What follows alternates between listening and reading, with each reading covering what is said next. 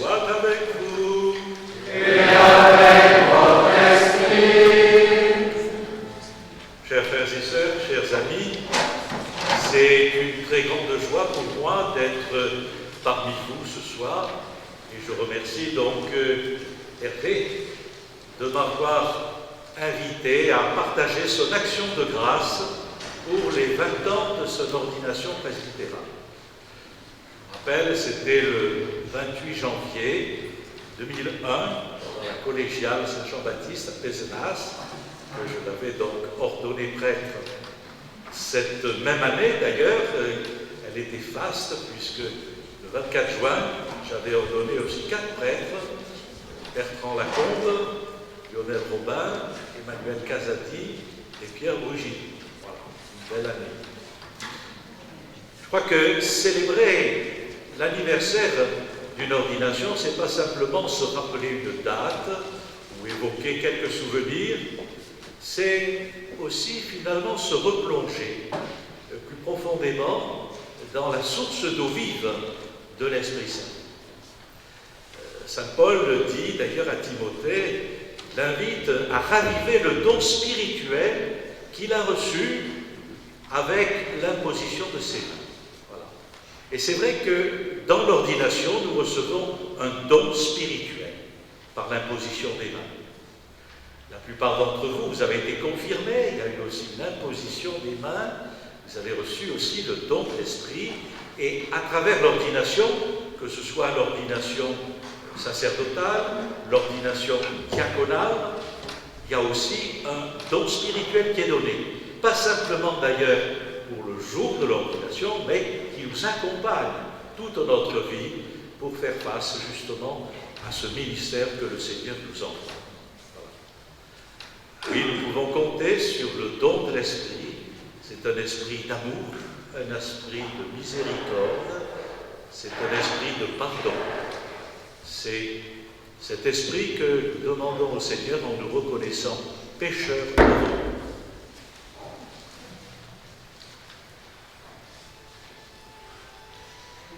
Seigneur Jésus, envoyé par le Père, pour guérir et sauver les pauvres, pour pitié de nous.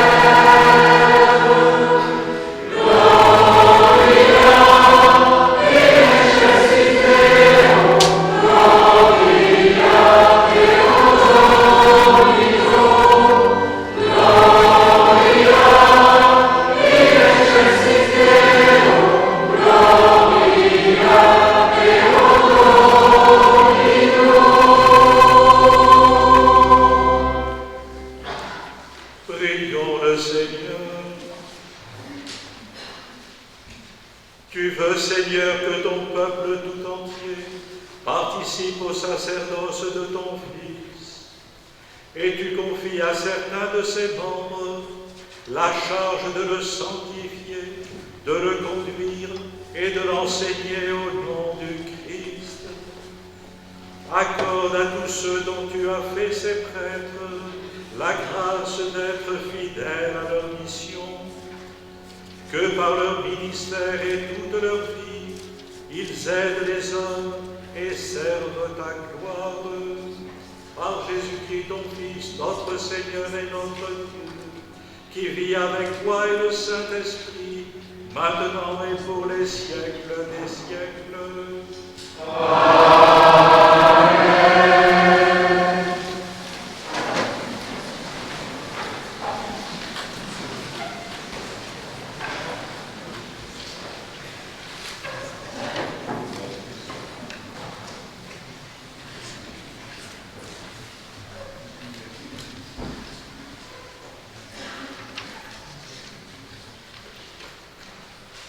De la deuxième lettre de saint Paul apôtre aux Corinthiens. Paul, apôtre du Christ Jésus par la volonté de Dieu, et Timothée, notre frère, à l'Église de Dieu qui est à Corinthe, ainsi qu'à tous les fidèles qui sont par toute la Grèce. À vous, la grâce et la paix de la part de Dieu notre Père et du Seigneur Jésus-Christ. Béni soit Dieu, le Père de notre Seigneur Jésus-Christ, le Père plein de tendresse, le Dieu de qui vient tout réconfort.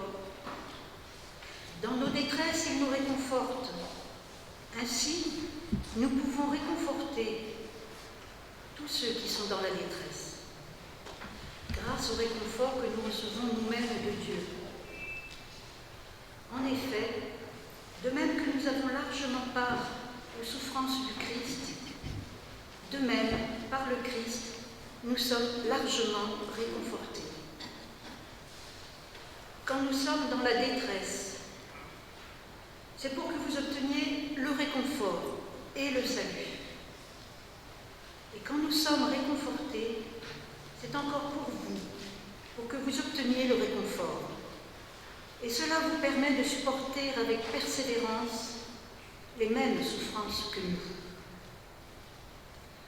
En ce qui vous concerne, nous avons de solides raisons d'espérer, car nous le savons, de même que vous avez part aux souffrances, de même vous obtiendrez le réconfort.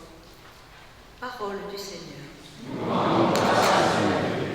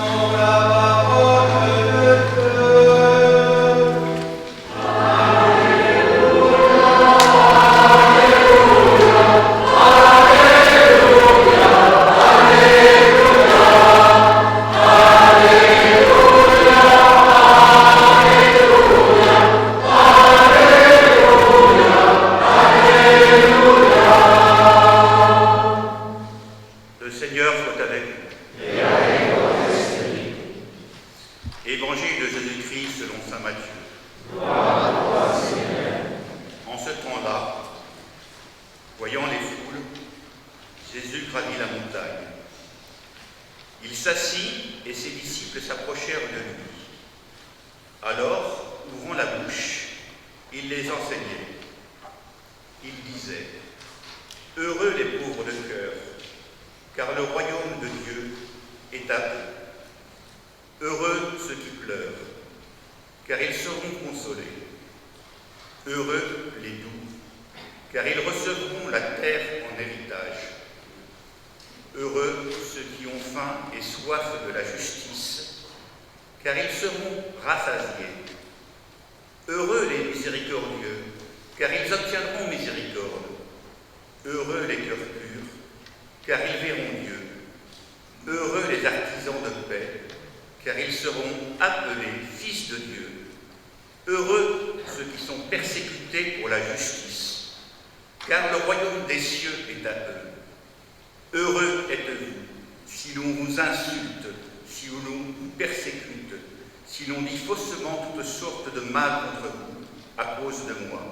Réjouissez-vous, soyez dans l'allégresse, car votre récompense est grande dans les cieux. C'est ainsi qu'on a persécuté les prophètes qui vous ont précédés. Acclamons la parole de Dieu.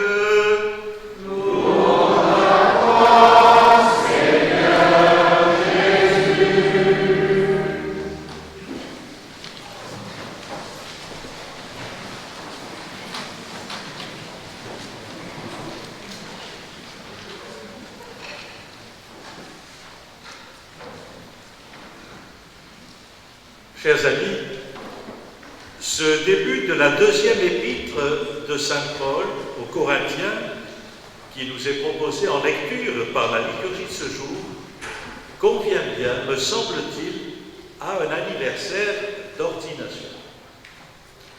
L'apôtre Paul nous parle d'une des dimensions du ministère apostolique, celle du réconfort.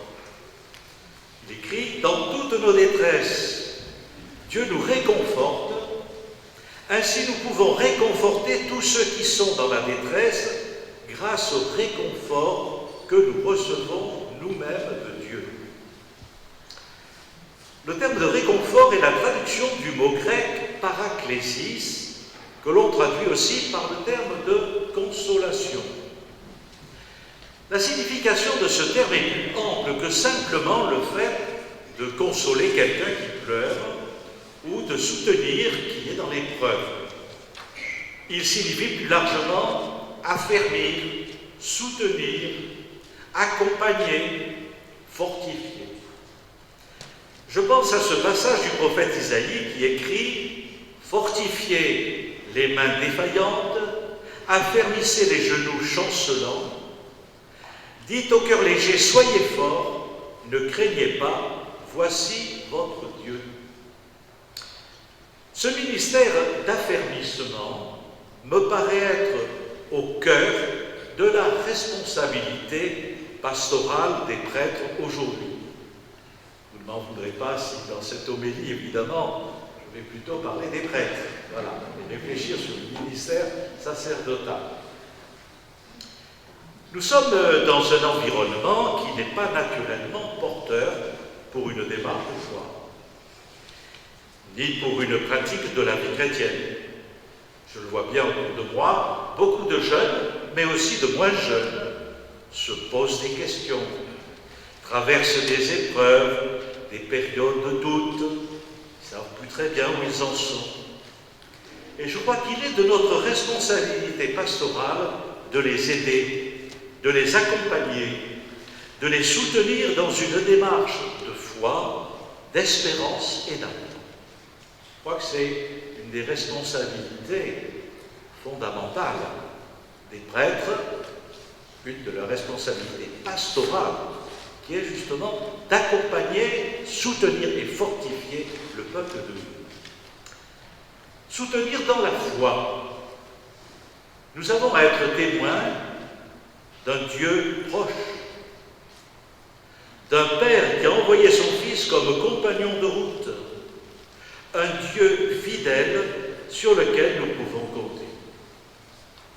Même dans le petit village où j'habite, là, je rencontre des gens qui ont été autrefois de tradition catholique, mais qui aujourd'hui se sont éloignés. Donc Dieu, c'est plutôt une énergie cosmique, c'est un principe organisateur.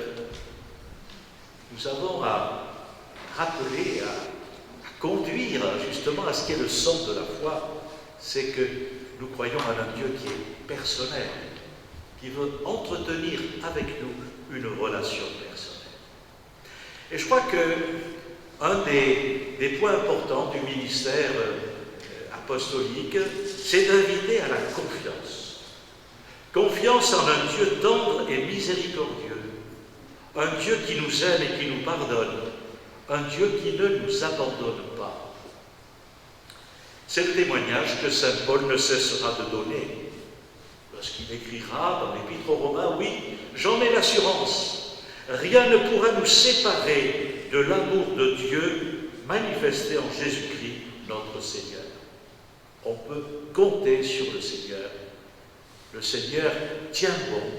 Il est ce rocher sur lequel nous pouvons appuyer notre vie, nous pouvons compter sur son amour.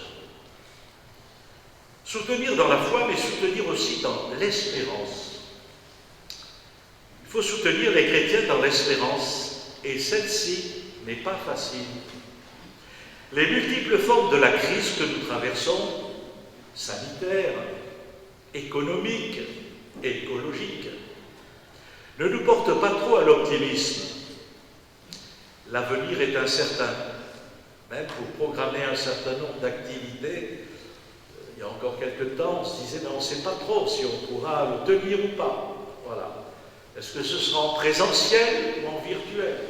Ça n'est pas trop. Comment éviter alors de se laisser gagner par l'inquiétude, par une anxiété diffuse? Vous savez qu'on n'a jamais autant vendu de produits anxiolytiques que dans notre pays actuellement. Bon, ce qui montre qu'il y a cette espèce d'angoisse un peu diffuse. L'espérance chrétienne n'est pas un optimisme facile. Certes, elle ne nous dispense pas de réfléchir et d'agir, de nous engager, mais elle fonde l'espérance dans l'amour du Seigneur pour nous. C'est l'invitation plusieurs fois répétée de Jésus à ses disciples qui leur dit « Ne vous inquiétez pas ». Ne vous inquiétez pas.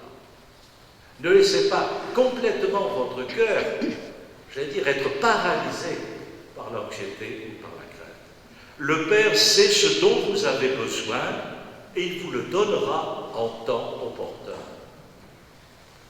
Aidons-nous à bien arrimer dans le Seigneur l'encre de notre espérance, comme dit l'Épître aux Hébreux.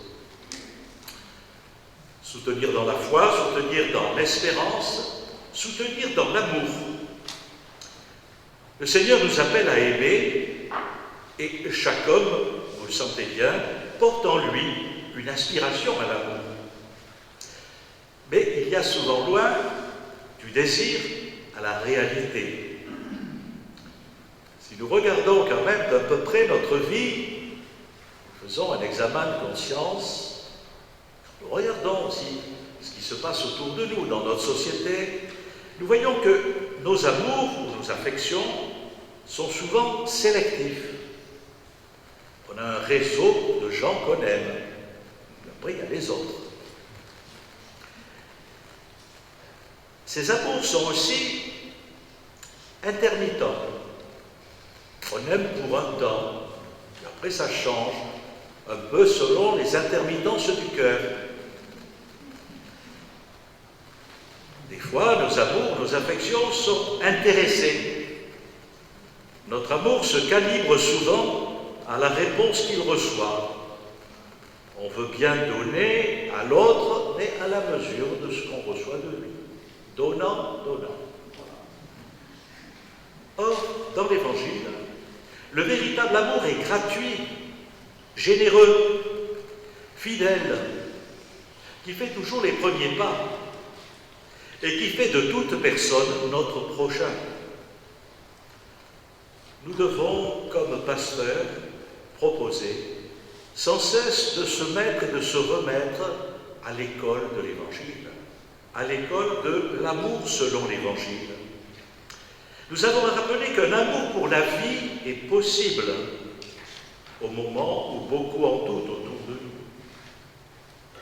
Annoncer qu'un tel amour est vivable, puisque Dieu, par son esprit, s'est engagé à nous le donner. Je crois que l'accueil et l'apprentissage de cet amour est non seulement une véritable aide à la vie chrétienne, mais c'est aussi une contribution précieuse à notre vie sociale, et en particulier dans la pratique de la fraternité. Il y a dans cette préoccupation de soutenir les chrétiens dans la foi, l'espérance et l'amour, je crois, un véritable enjeu pour notre ministère pastoral. C'est une tâche quotidienne de témoignage, d'accompagnement des personnes et d'engendrement dans la foi. La véritable paternité spirituelle est de cet ordre. Et on comprend que saint Paul puisse dire aux Corinthiens, « C'est moi qui, par l'Évangile, vous ai engendré en Jésus-Christ. » Et nous avons à vivre cela dans le quotidien de notre ministère pastoral, dans les diverses rencontres de notre vie apostolique. Mais ce réconfort, si important, n'est possible que si nous le recevons de Dieu. Vous l'avez vu dans l'épître de Paul, Paul le souligne. Il rappelle que c'est de Dieu que vient tout réconfort et que ce réconfort que nous avons à donner, nous le recevons nous-mêmes de Dieu. Paul, et en particulier dans cet épître, montre qu'il n'a pas eu une vie facile. Il est passé par bien des épreuves, il les énumérera. Nous aussi, notre vie chrétienne, notre vie apostolique n'est pas toujours facile. Nous pouvons passer par des passages à vide, des périodes de sécheresse ou d'aridité, des moments où nous souffrons de l'incompréhension ou de l'hostilité de notre entourage, de la difficulté de l'évangélisation aujourd'hui. Nous avons conscience de nos limites, de nos faiblesses, et un certain jour aussi, à condition que ça ne nous écrase pas, mais il faut en avoir conscience de nos péchés. Mais comme Paul, nous sommes invités à accueillir la grâce de Dieu, à garder la main que le Seigneur nous tend. Laissons-le nous visiter, nous habiter, nous transformer. Et je crois que si nous sommes au jour le jour véritablement accueillants au Seigneur, réceptifs à ce que le Seigneur nous dit et ce qu'il veut faire en nous, je crois qu'il saura mettre en nous ses paroles et ses gestes qui seront source de réconfort pour ceux et celles à qui le Seigneur nous envoie. Car seuls peuvent rejoindre l'autre les mots qui sortent d'un cœur touché par Dieu.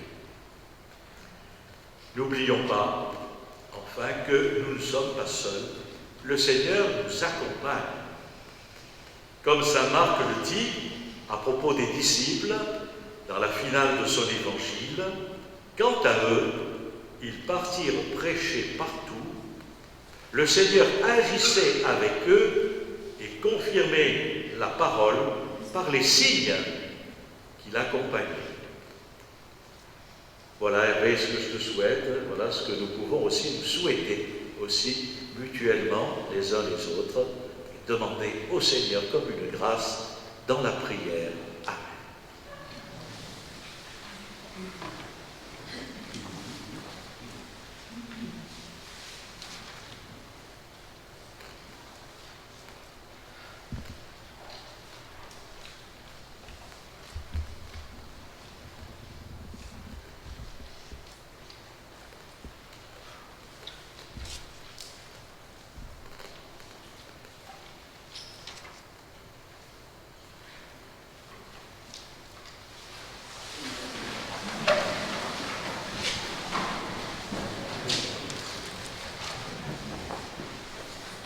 En ce jour anniversaire, avec confiance, tournons-nous vers le Seigneur et confions-lui toutes les intentions de prière dont nous sommes porteurs.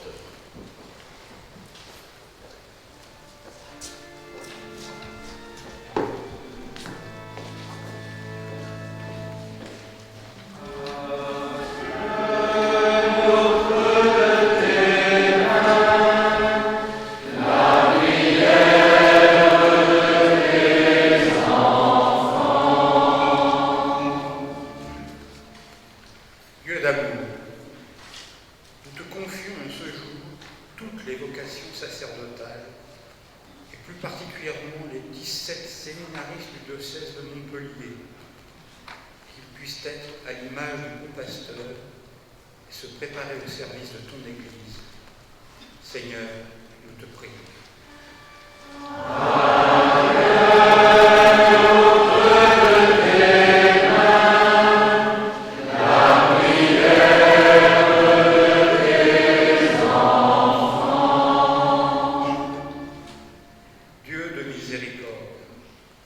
Nous te confions en ce jour les prêtres qui ont quitté le ministère.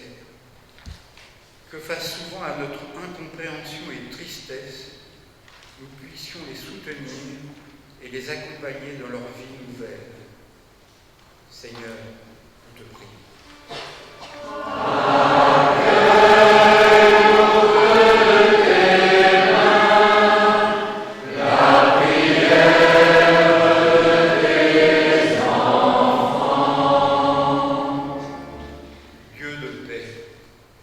Nous te confions en ce jour tous les diacres, prêtres, évêques, qui sont au service de ton Église pour l'annonce de l'Évangile. Que la joie qui les anime puisse soutenir le peuple de Dieu et faire croître le royaume. Seigneur, nous te prions.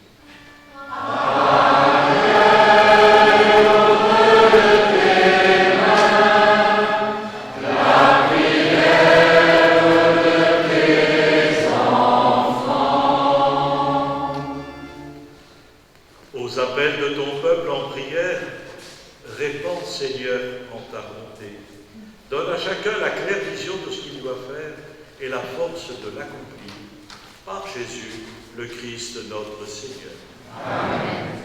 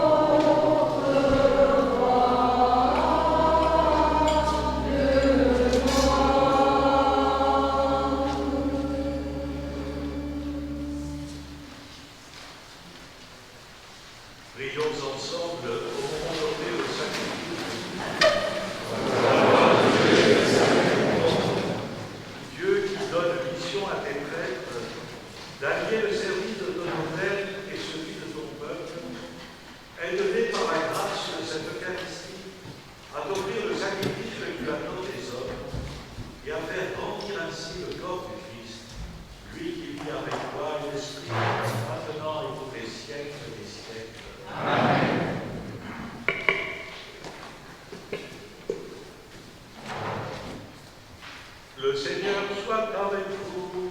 Et avec votre esprit. Élevons notre cœur. Nous le tournons vers le Seigneur.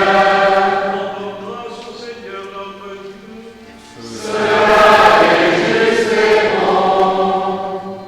Vraiment, il est juste et bon de te rendre gloire, de t'offrir notre action de grâce toujours et en tout lieu, à toi, Père très saint, Dieu éternel et tout-puissant, par le Christ notre Seigneur. Le rappel de sa mort provoque notre amour, l'annonce de sa résurrection ravive notre foi, et la promesse de sa venue nourrit notre espérance.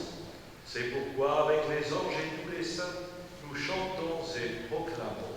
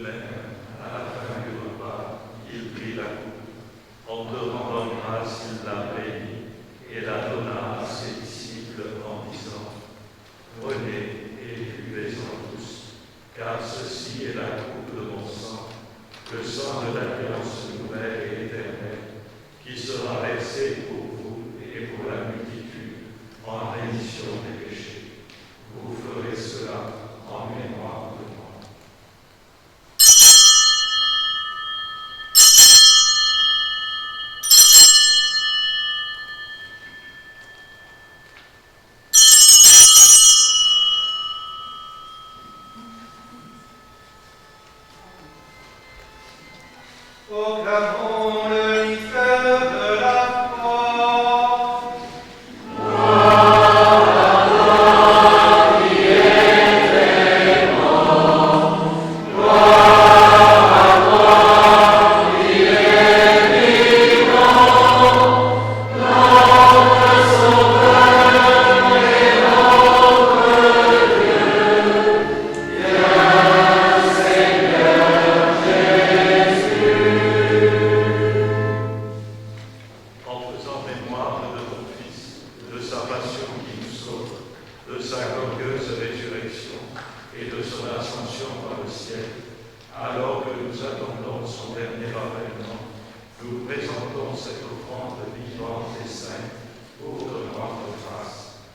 Regarde, Seigneur, le sacrifice de ton Église et d'aide reconnaître celui de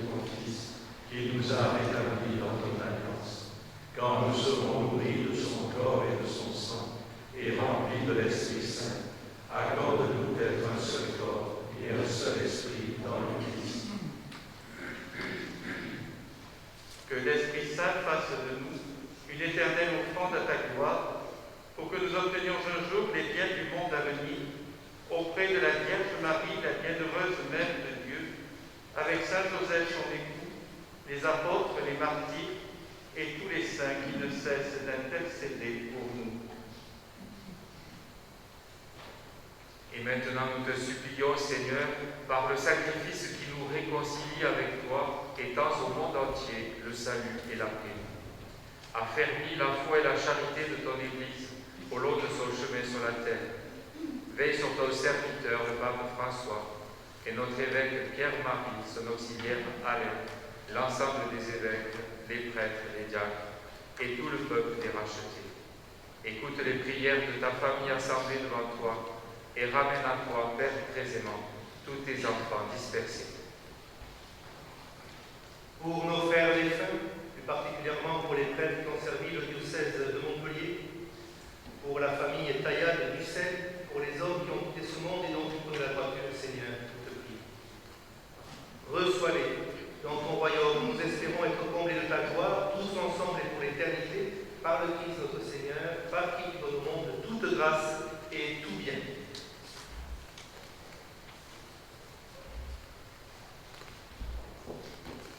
Par lui, avec lui et en lui.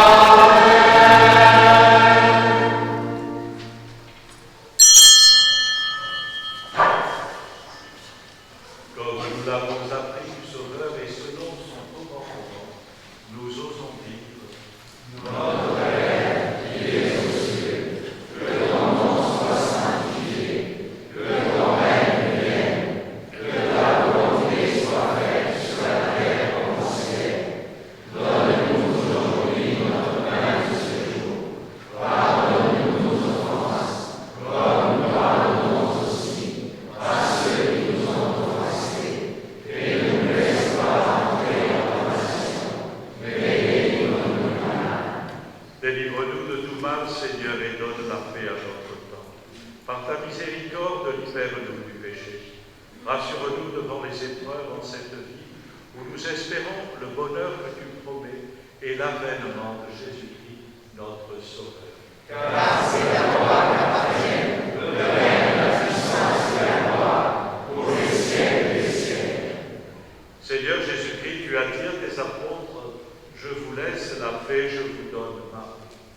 Ne regarde pas nos péchés, mais la foi de ton Église. Pour que ta volonté s'accomplisse, donne-lui toujours cette paix et conduis-la vers l'unité parfaite, toi qui règnes pour les siècles des siècles. Amen. Que la paix du Seigneur soit toujours avec vous. Et avec votre esprit.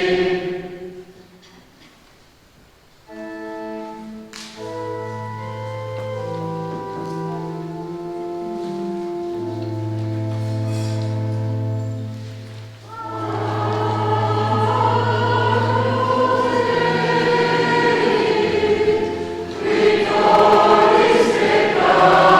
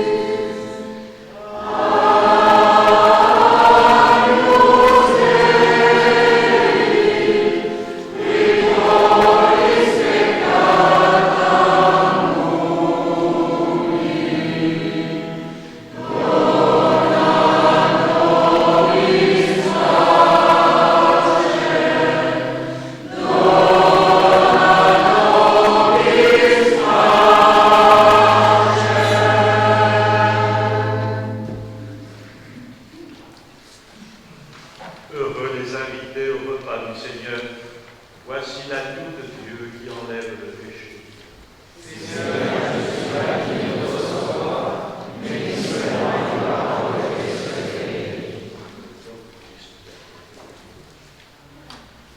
Voilà, pour le moment de communion, les prêtres communieront par intention. Nous en avons pris l'habitude à l'autel.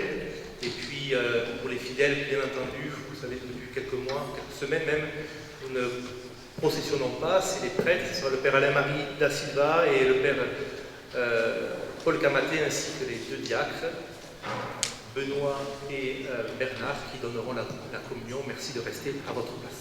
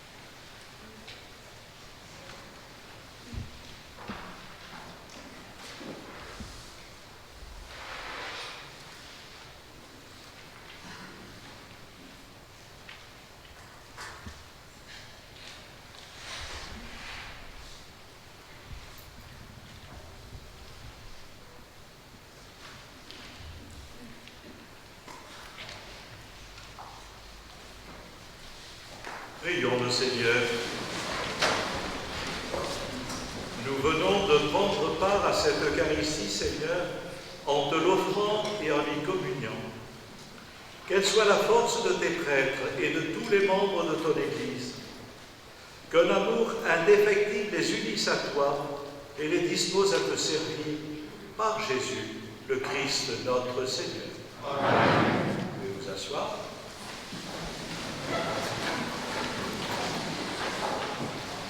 Voilà, merci Monseigneur. Il y a 20 ans, je vous disais merci dans la collégiale Saint-Jean de Pézenas. Je vous redis merci encore une fois. Merci d'abord de votre présence en ce jour pour faire mémoire de mes 20 ans d'ordination. Le 25 juin 2000, vous m'ordonniez diacre dans notre belle cathédrale Saint-Pierre de Montpellier. Le 28 janvier 2001, vous m'ordonniez prêtre dans la belle collégiale Saint-Jean de Pézenas, si chère à mon cœur, vous le savez. Que le temps passe vite, alors pour vous remercier, Monseigneur, Paul, séminariste de notre diocèse, va vous remettre cet olivier qui est le signe de la Provence, vous le savez, et qui est aussi le signe, bien entendu, du Sud. Comme on est tous du Sud, je suis heureux de vous l'offrir. Merci beaucoup. Là, vous me touchez parce que j'ai un jardin, et dans ce jardin, il y a déjà 4 oliviers.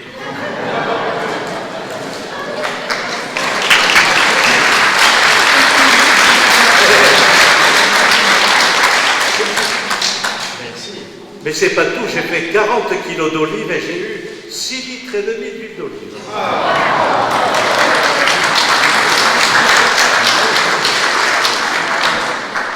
Que le temps passe vite, ô mon Dieu. Je me revois encore dans votre bureau de la rue Lallemand, m'appelant pour l'ordination sacerdotale, en me laissant choisir la date, le 28 janvier 2001. Je rends grâce à Dieu pour votre appel. Comme j'aime souvent le dire, je ne suis pas un prêtre heureux, mais un prêtre très heureux. Merci à vous aussi, mes chers confrères prêtres, d'être présents avec moi, ici, avec vous, Monseigneur, pour vivre ce moment de mes 20 ans d'ordination. Normalement, il aurait dû avoir le Père Jean-Claude qui a décliné pour quelques soucis de santé, qui a fait naître ma vocation. Merci aussi aux différents prêtres qui m'ont soutenu lorsque j'étais séminariste, et ils se reconnaîtront. Merci aussi à vous, chers frères prêtres, qui êtes présents, je le dis et je le redis encore, parce que, comme je l'ai dit dernièrement à un ami, la fraternité ne nuit pas. Enfin, je voulais vous remercier, chers paroissiens de Céla-Marie, bien entendu, mais aussi paroissiens de Pézenas, de Saint-Paul-Cœur-d'Hérault, de Notre-Dame de la Paix, qui est ici présent. Merci de votre générosité, de votre soutien. Merci aussi de ce tableau que vous m'avez offert, les uns et les autres, à travers votre générosité, à travers les petites enveloppes que vous avez données. Merci bien. Merci aussi à mes confrères prêtres qui, eux, m'ont offert cette jolie petite croix reliquaire de la Sainte Croix.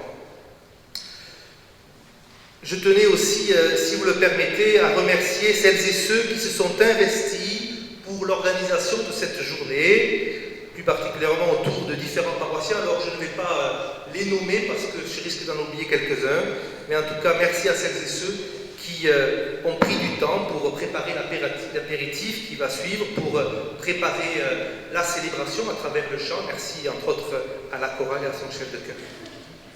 Merci aussi aux élus des paroisses Stella-Maris. Merci à chacun de vous. Merci à M. Christian Jean-Jean. Merci à Stéphane Rossignol.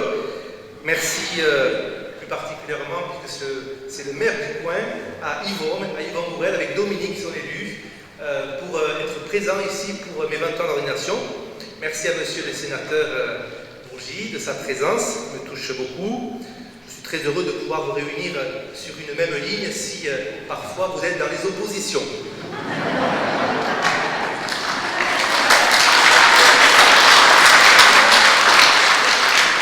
Enfin, je terminerai par un merci à ma famille, à ma maman, à ma sœur, à mon neveu qui est ici. Mon père n'a pas pu venir aussi pour quelques soucis de santé.